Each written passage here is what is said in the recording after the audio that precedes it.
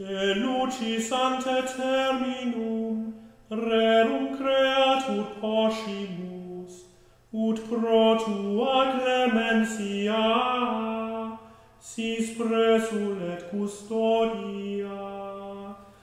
Procurre cerent somnia, et glossium phantasmata, ostemque nostrum comprime, ne polluantur corpora. Presta pater pissime, patrique comparunice, cum spiritu paraclito, regnat. De regreso, amigos, aquí en Su Café con Fe, platicando con María Vallejo Nájera, autora del libro Entre el cielo y la tierra, historias curiosas sobre el purgatorio, pero yo creo que más que historias curiosas es una información bastante sólida acerca de la doctrina católica. Y bueno, antes de irnos al corte, le pedimos a María que nos explique, número uno, ¿cuáles son estos 3 niveles de los que se habla en el purgatorio? Y número 2, ¿de dónde sale esta idea? Porque como que me parece a mí, en cierto sentido, con criterios muy humanos, María, algo demasiado, pues valga la redundancia, humano, como que lo estamos queriendo hacer esto de una manera muy simplista para entenderla en términos que comprendemos los seres humanos. Pero ¿de dónde sale esta idea de 3 niveles en el purgatorio? Bueno, primero quiero aclarar que eso solamente lo dijo Santa Brígida, ¿Hola? ¿Me oyes? Sí. Una santa muy importante de Europa, del siglo XIV, que fue reina de Suecia, y ella vio muchísimas almas del purgatorio. Y lo dijo ella dice que veía almas en 3 estratos muy diferenciados. El estrato, digamos, más terrorífico eran almas que se le aparecían grotescas, con formas animalescas, agresivas, con odio. Y estas almas, cuando ella les preguntaba qué horror, qué queréis de mí, decían que eran almas del purgatorio muy cercanas al infierno. En cuanto al estrato intermedio, eran almas donde ya se veía un poco de luz. Decía que las primeras almas decían que se quejaban de que estaban envueltas en oscuridad terrible, ¿no? Y que sufrían mucho por la ausencia de Dios. En el segundo estrato, o intermedio, había un poquito más de luz, y dicen que ya percibían una presencia de Dios, que sufrían mucho, pero que ya sentían más el amor de Dios. Y ya el tercer estrato era un estrato muy cercano al cielo, donde prácticamente podían rozar el amor de Dios, podían palparlo, pero sufrían muchísimo porque ese pequeño salto aún no estaba dado, no estaban del todo purificados. Pero luego muchísimos otros santos, como Santa Faustina Kowalska, como Santa Isabel Reina de Portugal, hay unos casos de gente que no están beatificadas, como un caso que estudié de una monja alemana que dejó un escrito impresionante. Es una monja que vivió entre 1921 y 1928, vivió mucho más, pero en esos años fue justo cuando tuvo estas percepciones de almas del purgatorio. Esta pobre monja vio miles y miles de niveles, digamos, diferencias muy pequeñas en los estratos más bajos del purgatorio, con lo cual no podemos saber hasta qué punto hay diferentes niveles. Hay millones de niveles conforme como pecados hay, es decir, cada persona se queda estancada en el purgatorio o agarrada en un purgatorio dependiendo de sus propios pecados, que siempre son diferentes a los de los demás, porque cada alma es algo único y extraordinario, ¿no? Exactamente, yo creo que ese es el punto ahí, es decir, cada alma es única, y por tanto la relación con Dios es única, y los pecados, las omisiones y los apegos que me separan de Dios de esa forma también son únicos, y sí, por tanto las consecuencias... Todos vamos a ocupar un lugar en el purgatorio único, digamos. Qué pero bonito. Digamos, puede estar o muy cerca del infierno, o en un estado intermedio, o ya más cerca del cielo. Esperemos que cerca del cielo. Exactamente. María, tú comienzas el libro con 3 citas de la Sagrada Escritura muy significativas. La primera, me permito leerla literalmente: por eso mando a hacer este sacrificio expiatorio a favor de los muertos, para que quedaran liberados del pecado. Explícanos esta cita. Ese es el libro de los Macabeos. Segunda Macabeos 12-14. Exactamente, explícanos esta cita. Son citas que yo buscaba, como tantas personas interesadas en el purgatorio devoramos la Biblia, ¿no? Buscando dónde. Realmente en ningún sitio, como habías dicho al principio del programa, se habla prácticamente del purgatorio, pero lo que sí comprobé es que los judíos ya oraban antes de la llegada de Cristo, ya oraban 30 días por sus difuntos. Entonces estas citas como la segunda de Macabeo o la primera de Corintios 3:15 o la primera de Pedro 1:7, en todas ellas se refleja el deseo de Dios de que oremos por los demás cuando fallecen. No es que lo diga directamente, es que se interpreta así, ¿no?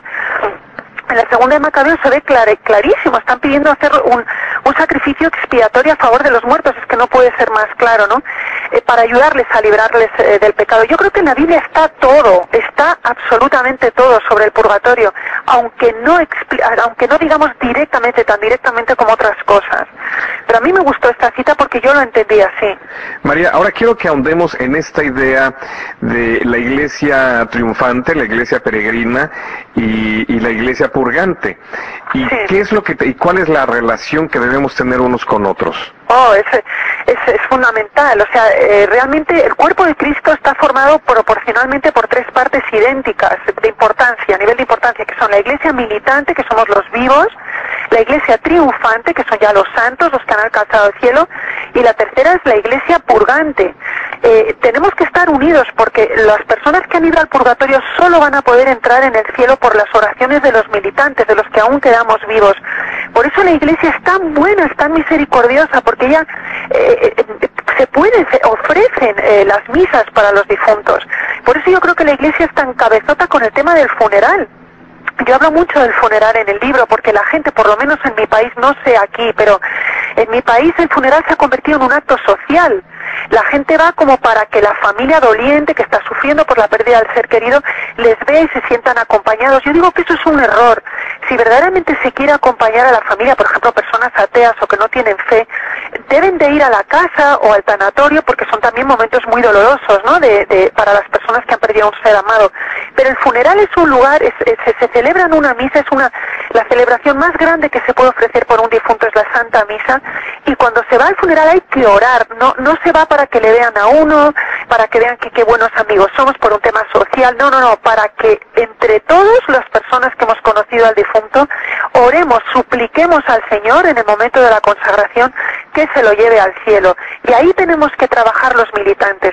Por supuesto, aparte del funeral, una persona puede orar. Yo oro, por ejemplo, todos los días por las personas del purgatorio, no solo por mis difuntos, sino por aquellos por los que nadie reza, que es lo que la Virgen también dijo en Fátima.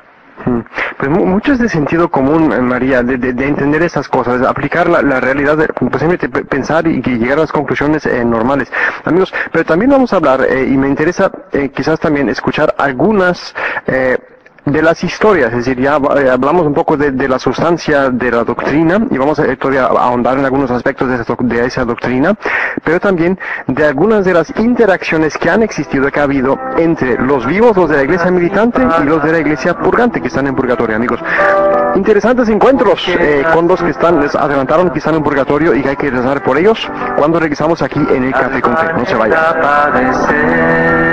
Entre el cielo y la tierra, historias curiosas sobre el purgatorio. Es lo que estamos hablando, amigos, con María Vallejo Nájera, autora de este fascinante libro. De verdad, muy, muy recomendable. No sé si sea fácil conseguirlo aquí en Los Ángeles, pero si tienen oportunidad, amigos, ojalá que lo puedan leer. Es de un estilo sumamente ameno, de muy fácil lectura, pero, repito, con contenido muy sólido, doctrinal.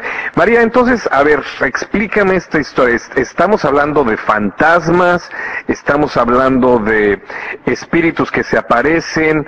¿Por qué existe esta comunicación extraordinaria en algunas ocasiones entre almas del purgatorio con nosotros los mortales? Bueno, para la gente que no tiene fe católica, pues los llaman fantasmas. Y es curioso que muchísima gente no católica también los ha visto, porque a mí me lo han contado, anglicanos, en fin, protestantes, hindús, mucha gente. ¿Que por qué existe esta comunicación? Facilísimo, por el amor tan impresionante que nos tiene Dios. Es un regalo de Dios dificilísimo de entender, sobre todo por la persona que los ve, que la pobre suele pasar bastante miedo, lógicamente. Pero ¿por qué lo permite el Señor? Para que la persona viva comience a orar por esa alma, ¿no? Ejemplos hay muchísimos, pero no solamente se han aparecido a los santos, sino también a personas normales, que no tienen que ser ni siquiera religiosos. Yo he escogido en el libro pues personas muy conocidas de la sociedad madrileña, a nivel intelectual sobre todo, periodistas, ingenieros, arquitectos, que me han contado su experiencia y me han pedido muchos de ellos que ocultara su nombre por vergüenza, porque estas cosas son muy difíciles de contar porque casi nadie le cree a uno y encima acabas con fama de loco, ¿no? Pero sí, son almas del purgatorio que se aparecen a las personas solo por misericordia de Dios.